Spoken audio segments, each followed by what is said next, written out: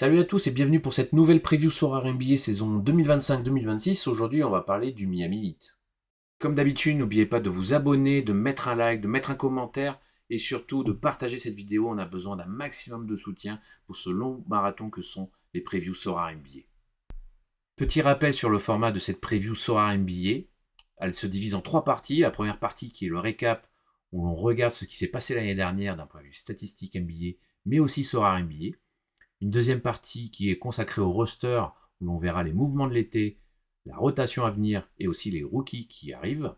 Et enfin, la troisième et dernière partie, les choix, où on indique les joueurs qu'il faudrait avoir sur la saison prochaine, mais aussi les forces et faiblesses de l'effectif que l'on pourra utiliser sur cette nouvelle saison NBA 2025-2026. Allez, c'est parti, on commence par le récap.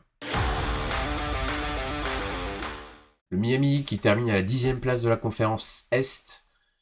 Encore une fois dans le play-in, mais cette équipe est taillée pour le play-in. Ils ont éliminé et Chicago et Atlanta dans cette course au play-in pour atteindre le 8e spot des playoffs et se faire massacrer au premier tour par Cleveland. Un Cleveland qui les a défoncés, hein, très clairement, il n'y a pas d'autre terme. Hein. Ça a été une saison vraiment décevante de la part de Miami. Que la 24e attaque en NBA, 7e par contre défense, donc c'était quand même propre ça. 15e donc de facto pas au beau milieu là en termes de net rating. Bah, c'est une saison vraiment pas ouf avec en plus beaucoup de gestion en dehors du terrain. Le cas Butler qui a vraiment traîné en longueur et qui a été tradé vraiment au dernier moment à Golden State. Andrew Wiggins qui est arrivé un peu par défaut parce que Miami n'avait pas vraiment beaucoup de choix pour le transfert de Jimmy Butler avant la trade deadline. Andrew Wiggins a montré de belles choses, hein, mais bon, globalement, on sent qu'on est sur une équipe en fait qui n'arrive plus à se renouveler. Ça s'appauvrit de saison après saison, ça s'appauvrit. Il y a pas vraiment de coup d'éclat, de renforcement attendu. Chaque fois, le Miami était souvent dans les rumeurs de trade de gros joueurs, mais à chaque fois, ça ne s'est jamais concrétisé. Et voilà, on a vraiment l'impression sur une fin de cycle qui commence à prendre beaucoup de temps et trop d'attentisme de la part du management. Donc c'est encore une fois une élimination au premier tour des playoffs, mais ça passe toujours par la petite porte pour arriver au niveau des playoffs. Si on regarde au niveau des stats d'équipe, en fait, on voit que c'est du milieu, hein, c'est du middle. Alors heureusement que cette équipe-là joue côté conférence Est et a pu avoir une ouverture en affrontant des équipes nulles en défense, c'est-à-dire Chicago, Atlanta en play-in pour pouvoir accéder à la post-season, aux playoffs. Mais voilà, rien de bien foufou, on voit que bon, c'est faible au rebond offensif, au bloc, c'est la pire équipe de la ligue, alors que pourtant il y a Bam Adebayo quand même dans les rangs, il y a un Kelly Ware, on en reviendra plus tard. On reviendra plus tard sur lui qui est vraiment intéressant. Beaucoup de ballons perdus. Et après voilà, c'est mid, hein. Il n'y a que le rebond défensif où on est 9ème, c'est un peu mieux. Mais bon, c'est pas vraiment haut pour espérer autre chose que potentiellement un premier tour de playoff. Donc ils ont été vraiment au maximum de ce qu'ils pouvaient faire la saison dernière. Du côté des joueurs dans ce NBA, on fait un choix de joueur, mais vraiment un choix par défaut parce que Tyler Hero, meilleur joueur de la saison du 8 dans Sora, à 34e, c'est comme on dit, c'est un choix par défaut parce que il a montré de belles choses, mais énormément d'alternance. Hein. Il a fait des pics à 60, voire et plus. Mais après, derrière, c'était des performances mid, hein, et c'est pas ce qu'on attend d'un joueur avec son salaire et les attentes et ce qu'il réclame lui sur le terrain. Euh, c'est pareil aussi, on aurait pu mettre Bam Adebayo parce qu'il finit pas très loin. Hein, Bam, je crois qu'il finit 36e, c'est ça, 36e, avec des plus grosses perfs, mais aussi beaucoup de performances en dents de scie. Alors c'est ce qu'on cherche, nous, côté Sora, de la variance et des gros écarts entre les perfs, mais c'est des leaders d'équipe et c'est pas assez régulier dans le top perf pour pouvoir en fait espérer amener l'équipe du Miami Heat beaucoup plus haut, quoi. Donc d'un point de vue Sorare, c'est intéressant parce que les deux, que ce soit Tyler Hero ou Bam Adebayo, ont une très grosse variance. Mais voilà, c'est une chance sur 3, une chance sur 4 d'avoir une surperf. Donc Voilà, la douille est très rapidement arrivée en choisissant ce type de joueur. La promesse, bah, c'est Kelly Ware, le rookie, encore une fois un rookie du 8 qui cartonne dès sa première saison. Il s'est installé dans le 5, c'était vraiment la vraie option en termes de pivot, avec un BAM finalement décalé sur le côté, en plus en power forward, avec potentiellement des tentatives de shoot à 3 points, je dis bien des tentatives de shoot à 3 points, parce que les pourcentages de BAM à 3 points, c'était pas foufou la saison dernière. Le projet est un peu, on va dire, optimiste. Et ben voilà, quoi. Bon à l'intérieur, rebond, tout ça. Donc, hyper intéressant. Encore une fois, un rookie du 8 qui est hyper intéressant et qui, là, s'est vraiment installé, sûrement sur la durée, au 8 en tant que pivot titulaire. Et le dernier point, la déception. Et ça, c'est un crève-cœur, là aussi, hein, parce que c'est un joueur qu'on aime beaucoup, un Rémi Raquel Junior, Aimé Jacquet pour la petite blague. 264e joueur Sorare, des performances vraiment pas du tout à la hauteur de ce qu'il avait pu montrer à l'époque lors de sa saison rookie. Deuxième année vraiment compliquée pour lui avec de grosses variances de temps de jeu. Je parle même pas des perfs où c'était souvent râler pâquerette et rarement régulier dans des perfs au-dessus de 20, 30. Il a une ou deux pris coup de chaud, mais vraiment, c'est vraiment le minimum syndical. Et c'est bien loin des attentes qu'on avait de lui en début de saison dernière. C'est vraiment dommage qu'il n'ait pas réussi à vraiment, vraiment prouver. Et en plus de ça, avec le départ de Butler, il aurait pu récupérer le poste de titulaire, le poste 3 titulaire, mais avec Andrew Wiggins, ben, ça lui prend du temps de jeu et donc ça limite encore son développement. Donc vraiment une saison oubliée. Là, cette année, il va être dans sa troisième et dernière saison rookie. Il va falloir se réveiller. Si on regarde d'un point de vue global de l'équipe de Miami Heat dans Sorare NBA, ben on peut voir que c'était que la 23e équipe à marquer le plus de points dans Sorare. Donc c'était compliqué d'avoir des joueurs qui faisaient des gros scores quand on prenait les joueurs de Miami.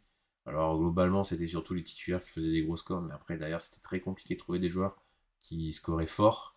Au niveau des points encaissés, ben là, c'était un match-up qu'on souhaitait éviter, hein, parce que c'était que la 21e équipe à encaisser des points dans Sorare. Donc dans le top 10, les équipes à encaisser moins de points.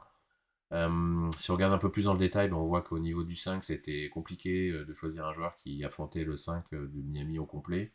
On peut voir quand même qu'il y avait un petit downgrade au niveau du banc, surtout au niveau du poste des guards et évidemment au niveau du poste des pivots qui était déjà une rotation limitée la saison dernière. Donc globalement, en fait, c'est une équipe en termes de match-up sur Game Week qu'on souhaitait éviter Miami. Jurisprudence, s'il y avait un BAM blessé ou autre, parce que c'était le seul moment où on pouvait profiter d'une faiblesse en défense. Donc c'était vraiment une équipe définie, basée sur la défense, mais qui n'avait pas assez de talent pour pouvoir marquer du point Sorare en attaque. Avec tout ça, on va maintenant voir ce qu'a fait le management cet été avec le roster.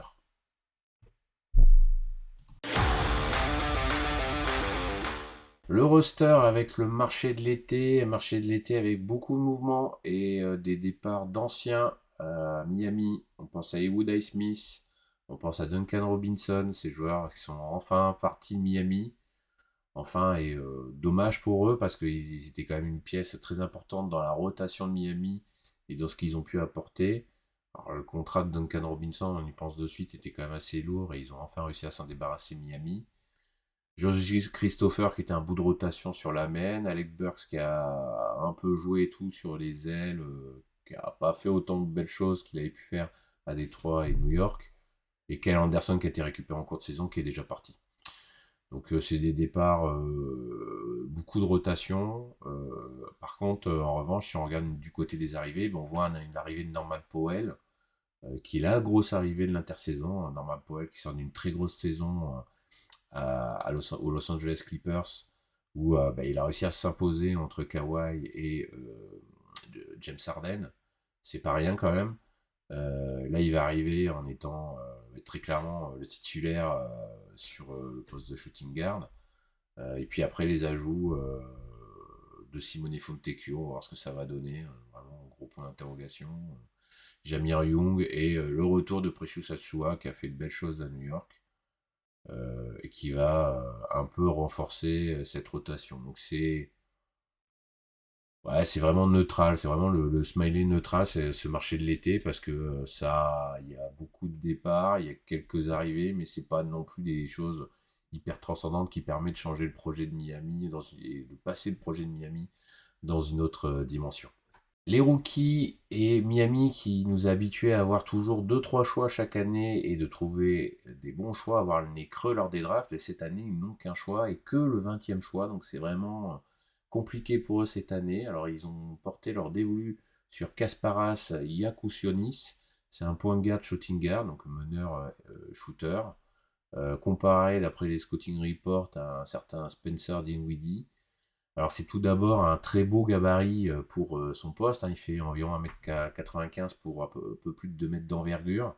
Il a une grosse maturité dans son jeu, il est décrit quand même comme un joueur capable de pouvoir diriger l'attaque, de jouer balle en main et d'évoluer en tant qu'arrière. Donc vraiment il a une polyvalence sur les deux postes d'arrière. Il a en plus une palette de tirs quand même qui est variée. Donc avec tous ces éléments-là, il a aussi en plus une bonne lecture du jeu et une bonne finition auprès du cercle. Donc voilà, ça peut lui permettre donc, de jouer un ou de jouer deux, donc de jouer point guard ou shooting guard.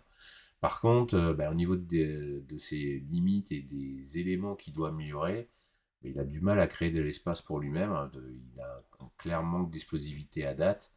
Et pour se démarquer off-ball, c'est plus compliqué pour lui, surtout face à des défenseurs qui sont rapides. Il a un fort taux de perte de balle, hein, donc quand il est en plus sur pression, c'est vraiment une catastrophe. Donc ça va vraiment être un point compliqué pour lui lors de son passage en NBA de pouvoir gérer ce point-là. Et enfin, voilà, niveau défensif, c'est pas terrible, c'est moyen. Il n'a pas les meilleurs outils d'un point de vue physique pour pouvoir en fait gérer correctement la défense sur son adversaire. Au niveau de la rotation de la depth chart des Miami Heat, les amis de CBS Sport proposent un 5, on va dire somme toute classique sur le papier, avec l'ajout de Norman Powell, avec Tyler Hero à la main, Andrew Wiggins en poste 3, Bam Adebayo et Kelly Ware pour la paire d'intérieur. Et à partir de là, on a en rotation sur les différents postes du Davion Mitchell, du Terry Rozier, Rami Raquez, Nikola Jovic et Bam Adebayo en pivot. Donc déjà, la chose qui saute aux yeux, c'est qu'avec cette organisation-là, le 5 et la rotation intérieure, elle est quand même ultra courte. On, on voit que les noms sont répétés au niveau des postes de pivot, donc niveau pivot, c'est une catastrophe. Si Bam et Kelleher jouent ensemble, puis derrière, après Nikola Jovic, on n'en a même pas parlé, mais il a énormément déçu l'année dernière. Il n'a jamais eu le rythme et la régularité qui était attendue sur les attentes qu'avait le management sur Nikola Jovic. Il y a Simone Fontecchio qui va arriver, mais qui va essayer de rendre un peu de service, à voir, hein, parce que c'est jamais foufou, hein. En tout cas, c'est pas quelqu'un qui est actuellement dans la NBA en premier choix de rotation sur son poste. Et puis après, quid Terry Rozier? Est-ce qu'il va réussir à sortir de sa boîte et remonter ce qu'il avait pu démontrer à Charlotte? Il y a toujours le projet d'Avion Mitchell parce que c'est le seul profil en fait de cet effectif d'avoir un meneur, un peu distributeur, un peu défensif et tout. Parce que bon, Tyler Hero en point de garde, on souffle fort.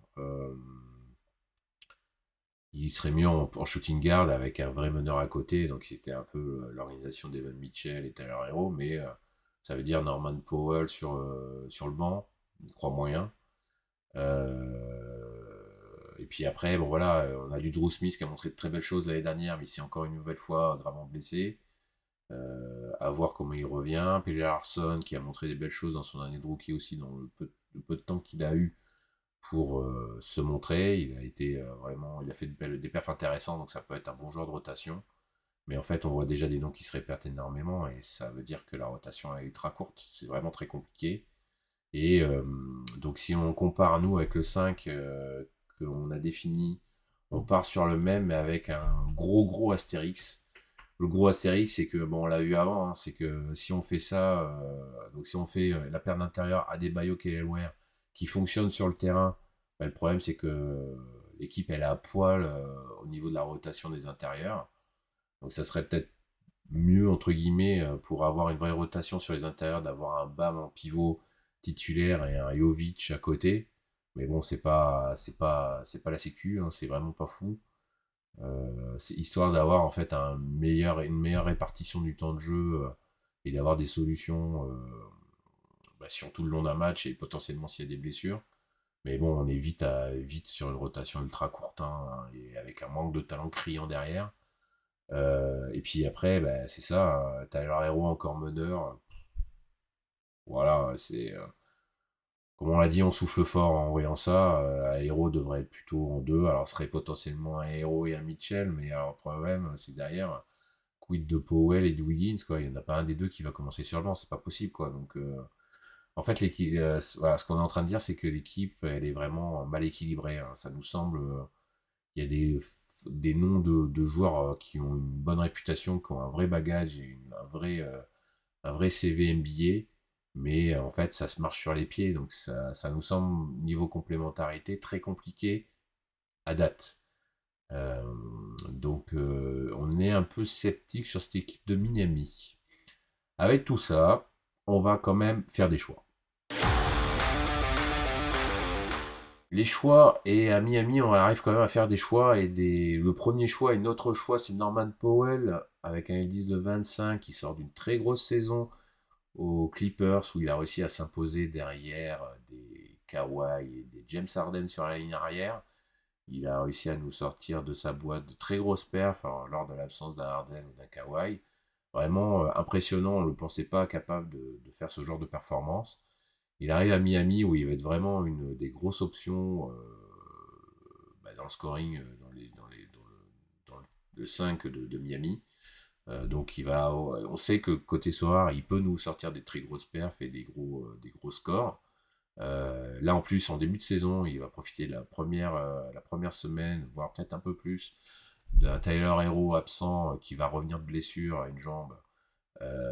Donc pour lui, ça va être open bar, hein. C'est lui le leader de la ligne arrière.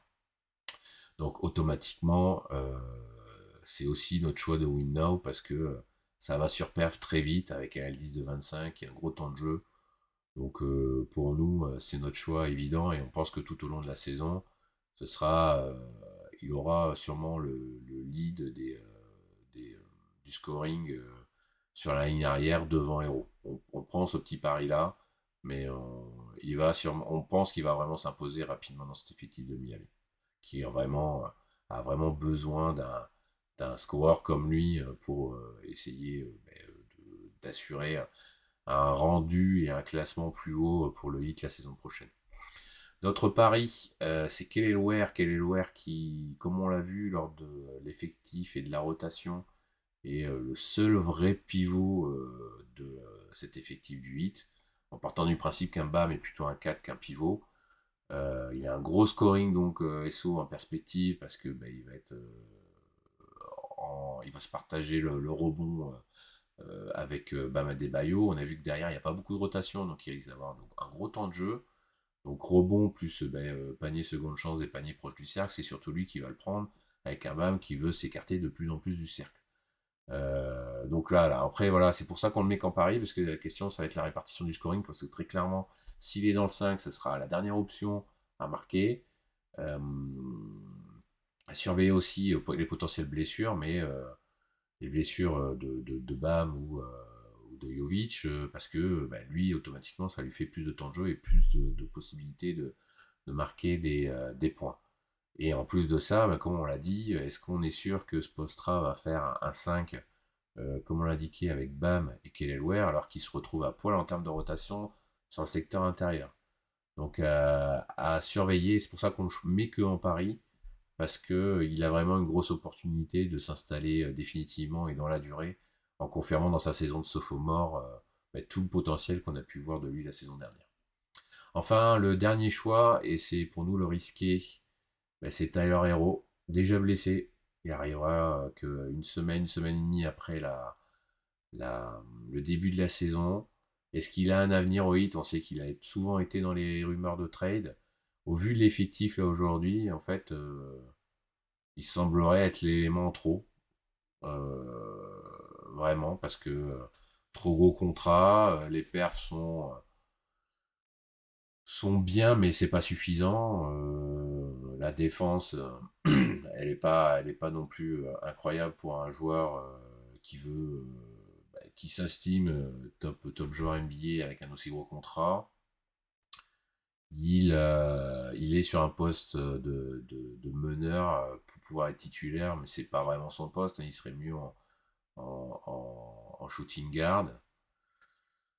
Vraiment, on va voir qu'est-ce qui va se passer avec lui et le management de Miami, parce que ça semblerait être le joueur entre lui et Wiggins, celui qui pourrait partir le plus facilement cette année si une proposition intéressante. Là, de toute façon, le projet Miami stagne et il va falloir réellement que ça bouge et qu'il y ait des décisions fortes pour que ce projet avance soit vers le haut, soit vers le bas.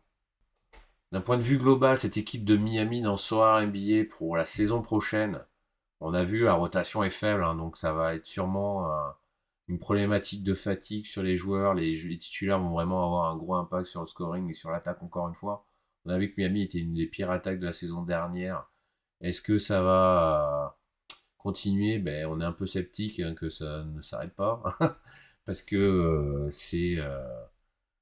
bah, il y a vraiment un trou par rapport aux joueurs qui sont sur le banc au niveau qu'ils ont actuellement, hein, parce qu'ils peuvent potentiellement, s'ils retrouvent leur niveau, être beaucoup plus impactants sur le scoring de l'équipe. On a vu que le secteur intérieur est pour l'instant limité. C'est ça fait flipper hein, vraiment. Il y a une rotation vraiment de 3 joueurs. Et puis après, derrière, il y a des bribes pour un Simone Fontecchio, mais après, il n'y a pas vraiment grand monde derrière, donc il va falloir peut-être trouver un joueur qui sort de nulle part et que Spoelstra arrive à transformer en un intérieur de combat et de bout de rotation pour combler les minutes. Mais ça va être très compliqué. Et alors là, on a une blessure d'un Bam Adebayo ou même d'un Kelly Ware pour que le secteur intérieur soit d'un niveau catastrophique. Et puis après, bon, c'est un adage qu'on répète chaque année hein, à Miami. Il faut toujours surveiller les rookies de Miami parce que Miami, c'est bien drafté.